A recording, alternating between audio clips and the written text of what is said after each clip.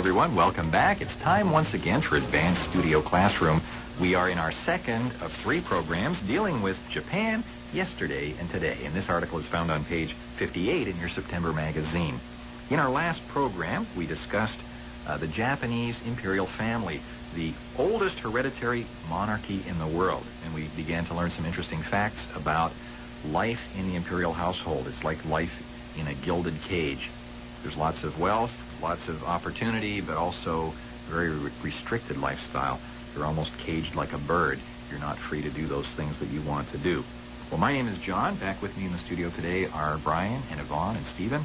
Welcome back, teachers. And we're going to continue now with our lesson on page 58, third column, and we see the subtitle here, Exploring the World. Follow along with us as we read through the end of the third column and then over to line 5 on the next page.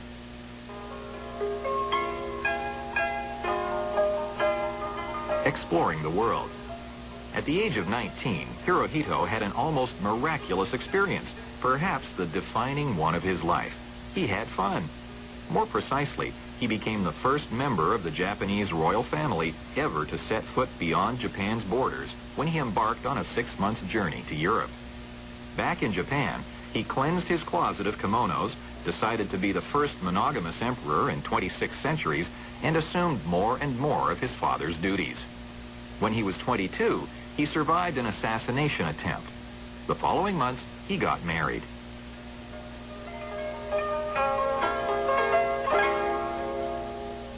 Now, Brian, we had learned that life in the imperial household was not easy. Hirohito didn't see his parents a lot, did he? No.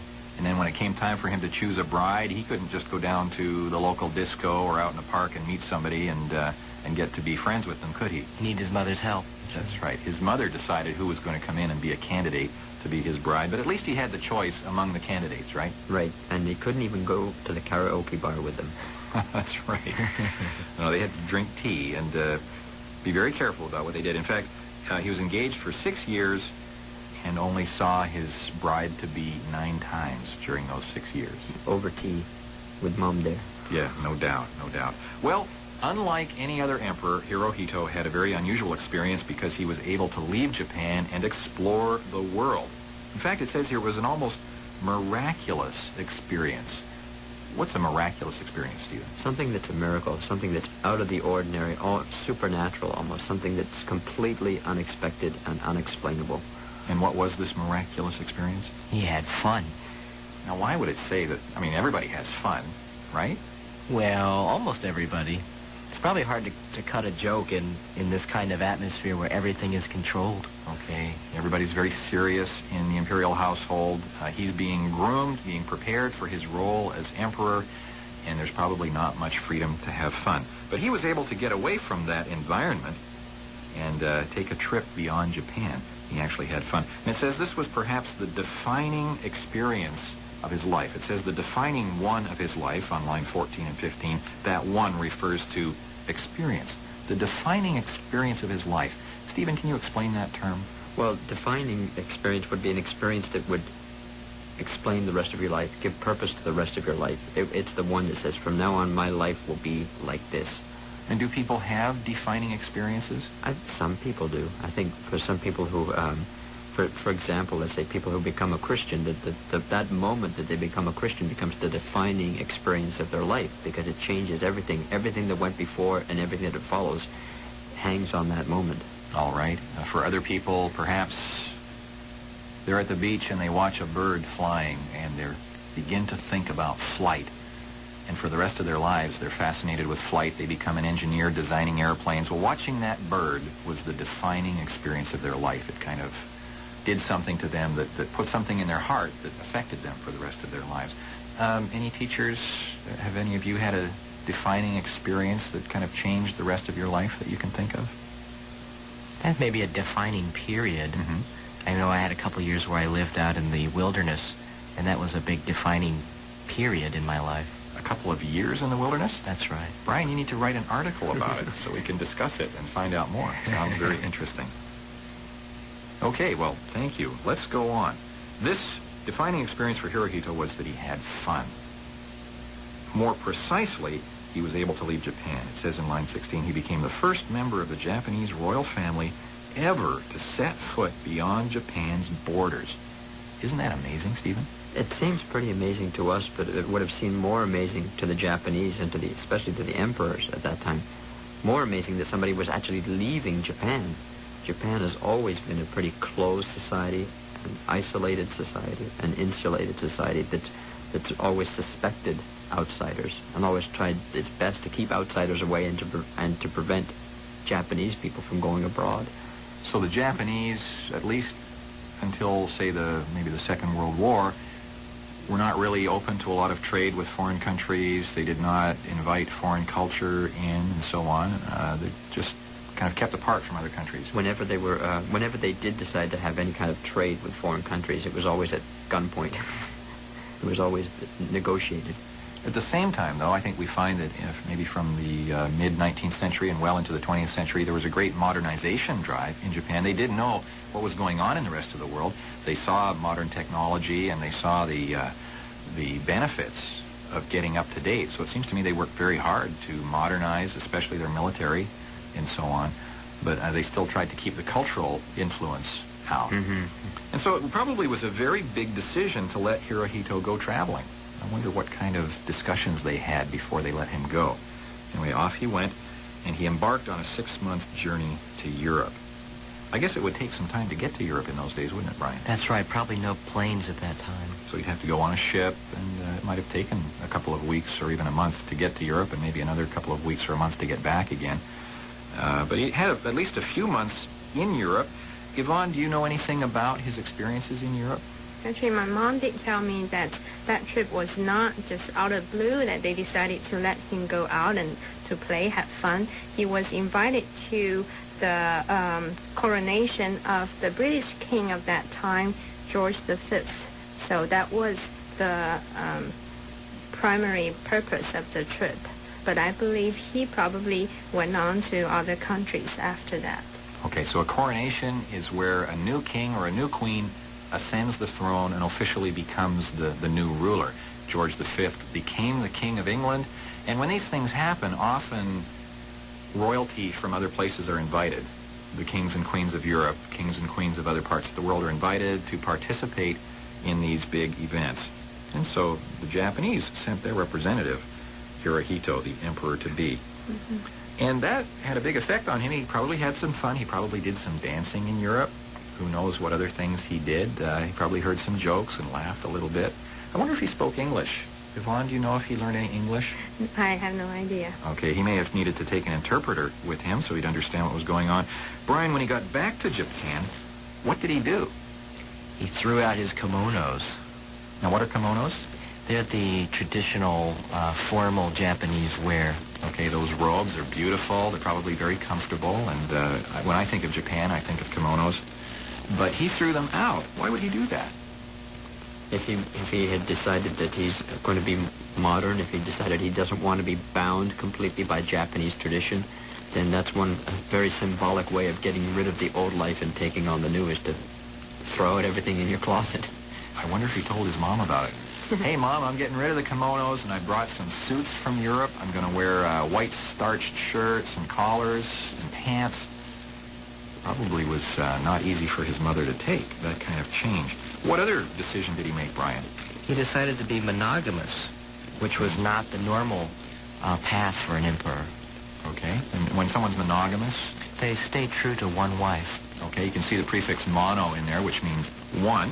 Monogamous means you have one wife and you stay married to that one wife. You don't take mistresses or concubines or extra wives. And generally, in Europe, this would be the way to conduct a marriage. Men and women were supposed to be monogamous. I wonder, Yvonne, do you know why he may have made this decision? Do you know what kind of influence he may have met into in Europe? I think just because by visiting the Western or European royal families, and we can imagine all the conversations going on, that probably has given the idea, because at that time, in the Western society, they were practicing monogamy. So, yeah. And what would be the Japanese tradition? Would the Japanese emperor have several wives, or would he have one wife and several concubines? How would I think it's one wife and, more than several concubines. Already. One of the advantages, perhaps from one perspective, of being that prisoner in a gilded cage, a lot of Asian rulers had their pick of women. A lot of European rulers, too. Not officially. Officially, they were monogamous. Unofficially, who knows what happened, all right? But he was the first one in 26 centuries. The tradition had been, well, you're the emperor, you have several women, at least. But Hirohito changed that. And he began to assume more and more of his father's duties. This word assume has at least two very major meanings in English, and they're not exactly the same. One meaning of assume is that you think something, or you have a certain point of view without having all the facts about it. You just kind of make a conclusion about something. But here it doesn't mean that, does it, Stephen? No, it's related, but what assume here means to take upon yourself, to take responsibility, to take over something. So from now on, I'm going to assume the responsibilities of your job. That means the things that you used to do, I'm going to do now. I'm going to take those things. Okay. And this often happens when somebody is being groomed or prepared to take over a certain role. Gradually, they assume more and more responsibility, and that way they learn to fulfill that role. They learn to do that job. If he had to wait until his father died, and he had no experience in the affairs of state, no experience in being an emperor, what do you think would happen when suddenly his father dies and it all becomes his responsibility? That'd be an odd shift of power, very awkward. Yeah, he might make a lot of mistakes. He might not know what to do. He might panic. He might have a nervous breakdown because of all of this new responsibility.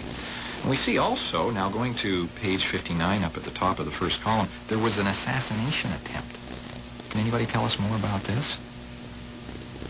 Well, I can tell you, if you're the emperor of Japan and somebody tries to kill you, that's not a good thing. No, indeed. And there were an assassination which somebody obviously wants him off the throne. And in cases like this, you have to think, okay, who would benefit from the emperor being killed? Who would be in line to take over power, take over control if the emperor was killed? So it might be someone else in the royal family. Maybe it was his brother that was behind it. Okay. Or it could have been revolutionaries. We know that in Europe and in mainland China, there had been these revolutionary movements that were trying to get rid of the old monarchies and establish democracy, establish rule by the people, for the people. And in the process of some of these revolutions, we know that in Russia and various other places, the monarchy were killed. They were assassinated because they stood in the way of the revolution. Perhaps that was the case in Japan. Well, anyway, he survived, and right after that, he got married. 好，我们来看几个字，回到前面这一页第3个 column 14行 defining to define 原本是定义或者是解释的意思，那这边用作它是要界定，或者是说特别是给他的生命一个特殊的意义。然后到下面呢 to 20行 to embark 是登船或者是出发的意思。24行 monogamous 就是一夫一妻制的。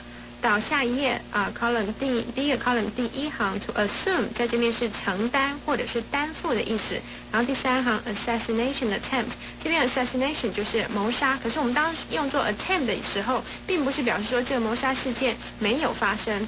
可能是它发生了，只是他太子逃过了一劫，所以他没有成功的谋杀他。所以我们在这个时候我们用作 attempt。那回到前面，刚刚我讲到说这个裕仁呢，他之前是参加 George V 的这个加冕典礼，不过这是一个错误，他当时的确去拜见了 George V。可是他那个时候他已经是国王了，那个他参加的并不是他的加冕典礼。Okay, thank you, Yvonne. Now, before we continue, let's listen to this. Imagine, Mom, I will be the first member of the Japanese royal family to travel internationally. I've always thought about traveling to faraway places, and now I will have that chance. That's right, Hirohito. You are traveling to Europe. Europe is a great continent, like Asia. It, too, is a place of great history and culture. If I'm going to rule the Japanese people, I need to learn about other cultures and people. This will be a great journey. You are being accorded a great privilege, my son. I hope you understand that. You will be representing all of Japan, its people, and most of all, the royal family. Wow. I'm a little worried, Mom. You are worried? About what? Well, I'm 19 years old, and I'm about to do something I've never done before. That's right. You will be taking a trip to distant lands. That's not what I'm worried about, Mom. What is bothering you, my son? What have you never done before? I've never had fun. How do you spell that word, Mom? Son, you are the Emperor's son. You know how to have fun. This is sure to be the defining experience of my life.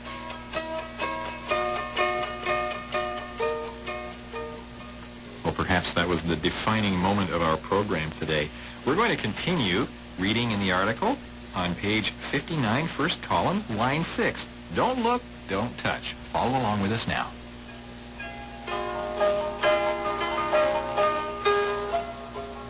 Don't look, don't touch. In 1926, Emperor Taisho died, and Hirohito officially ascended the chrysanthemum throne. He demanded the traditional treatment accorded a living god. No one was allowed to look at his face, and absolutely no one was allowed to touch him. His doctor had to wear silk gloves to examine him, and his tailor had to guess at measurements.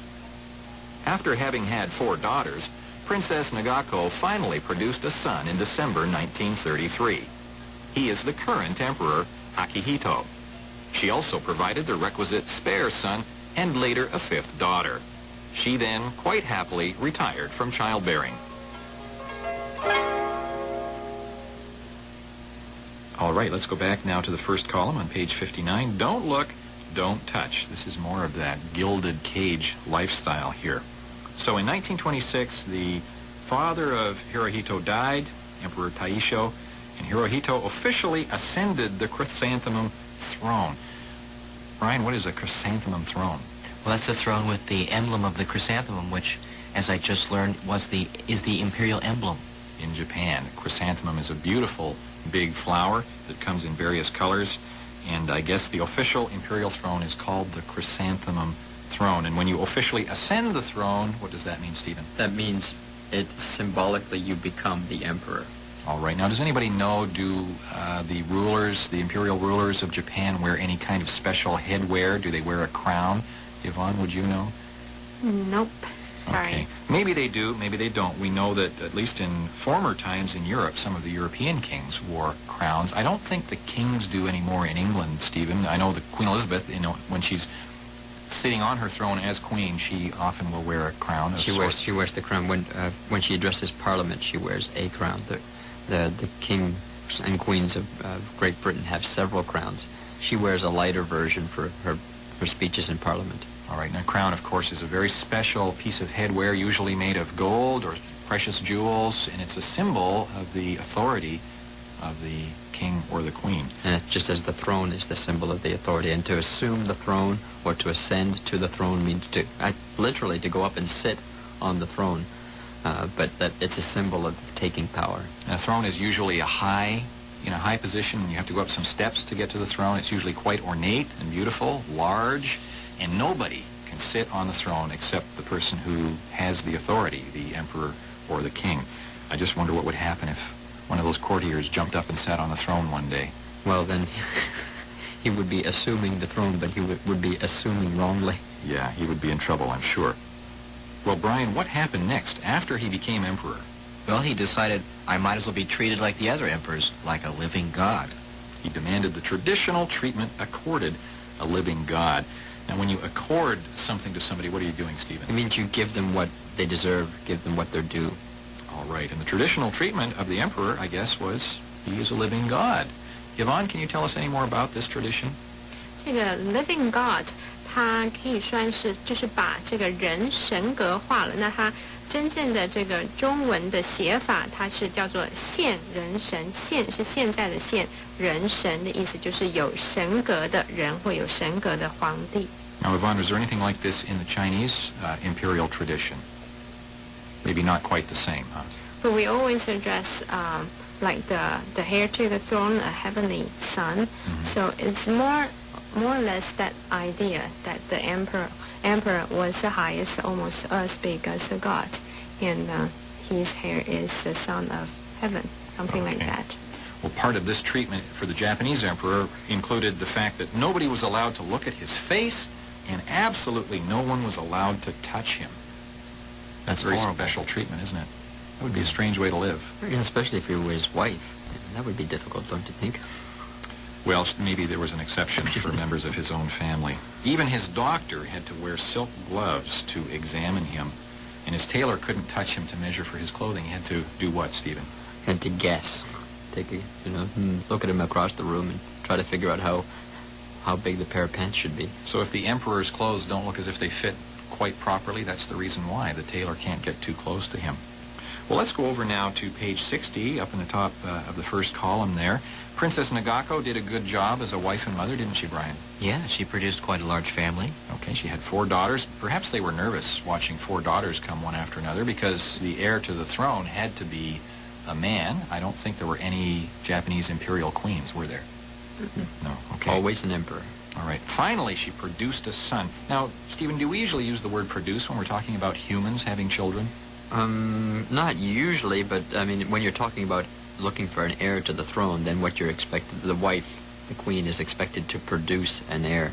It's like, this is demanded of you. This is not an option. It's part of her job description, and in some times in history, if the queen was unable to produce a male heir, they would kill her and find somebody who could. Or divorce, or whatever. Get rid of her, That was a very important part of her job. And this son is the current emperor, the one who's alive today, Akihito. And she also provided the requisite spare son. So we see these 2 verbs, produce and provide, which normally we don't think about when we're talking about women having children. But in this case, it was expected, almost like, this is your job, this is what you have to do, is provide these things. The requisite spare son. Now, what's the idea there, Brian? It's kind of a necessity. You're expected to have an extra son in case something happens to the first one. Right, it's like having a spare tire in your car. If you get a flat tire, you can put the spare tire on and keep going. And certainly there have been times, and certainly in British history, where there's been the heir and the spare. Even Diana, Princess of Wales, when she was married, the expectation was, first of all, she would have a son, and then secondly, she would have a second son, the heir and the spare. And she was quite successful. She was able to do that. And later, Nagako also had a 5th daughter. And so it was a good-sized family. 5 daughters, 2 sons. I wonder if they ever had a chance to play together. And then she retired from childbearing. She just didn't have any more after that. Yvonne? 所以我们来看，回到前面这个地方，第一个 column 讲到这个 chrysanthemum 就是菊花呢，当时它的这个黄灰就是菊花，所以讲到这个菊花的黄座。那12行 accorded or to accord 是致或者是给予的意思。回到第60页的这个 column，我们讲的这个现任的皇帝 Akihito， 他就是名人天皇哈。然后他下面这个第6行这个字。requisite 就是必须的、必要的，那 spare 这边就是备用的，可以说是一个备位的皇子，就是第2个王子。Thank you, Yvonne. Well, let's go on now and read the last paragraph of today's lesson. We're looking at line 11 on page 60. Follow along.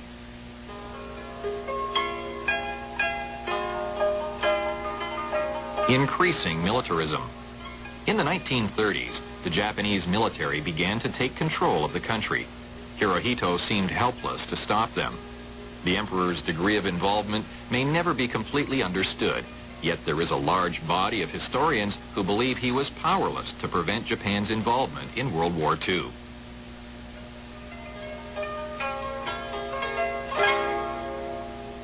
So in the 1930s in Japan, as in Europe, in Germany, we see this increasing militarism. Stephen, what is militarism? Militarism is a belief system and a way of doing things that depends on the military. Your military gets bigger and stronger. Your society becomes more centered on the military, on conquest, on war. All right, and this was happening in Japan. The Japanese military began to take control of the country. National policy was decided in terms of military strategy. And of course, Japan did begin to send troops out to take over parts of China, for example, and eventually parts of the Pacific. Most of the Pacific. Right. So they got very busy strengthening their military. Hirohito didn't seem to have any power to stop them. Although he was emperor, he seemed helpless to stop them. I'm not sure if he wanted to stop them. And we may never understand his degree of involvement. We don't know how deeply he was involved, whether he thought it was a good idea or a bad idea to go down this militaristic path with the country. But some historians believe that he was more or less innocent, right, Stephen? Some historians believe he was more or less powerful, but there are other historians who believe that the war was conducted in the name of the emperor and that he was as responsible, if not more responsible, than anybody else. All right, well, maybe we can talk about this a little more in our next and final program on the subject of Japan, so be sure to join us. Goodbye, everyone. Goodbye.